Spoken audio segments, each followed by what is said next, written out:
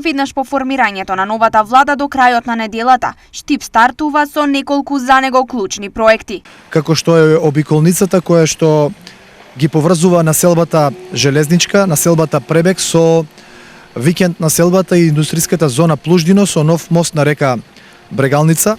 Комплетно ќе го смени ликот на овој дел од градот, ќе овозможи урбанизирање на овој дел од градот.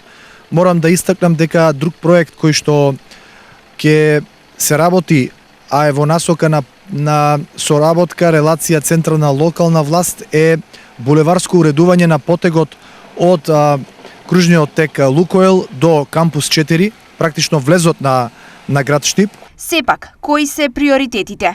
Би го потенцирал и потенцијалот кој што го имаме како град, а тоа е Бањско-рекреативниот центар Кежовица, кој што исто така е неопходно да биде поддржан од централната власт за изнаоѓање на јавно-приватно партнерство и реализација на овој проект, така да ова се неколку приоритети на кои што ќе се посветиме, да не го заборавам и до изградбата на пензионерскиот дом. Зошто досега Штип не можеше да ги решава овие проблеми? Проектите кои што ги напоменав, сигурно дека многу порано требало да се изработат, да се аплицираат и да најдат на реализација, но како што знаете досега од различни причини немаше слух за реализација на овие проекти заради во последниот период некомуникацијата на релација централно и локално ниво, обструкциите кои што ги имавме и по однос на реализација на други проекти, така да ова беа главните причини заради кои што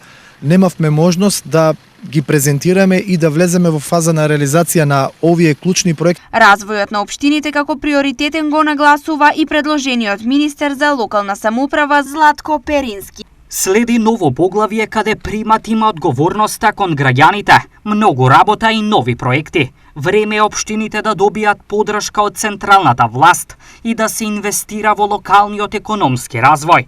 Истакна Перински. За општините владата во 4-годишниот мандат предвидува инвестиции од 260 милиони евра, а достапни треба да бидат најдоцна до септември по најавениот ребаланс на буџетот.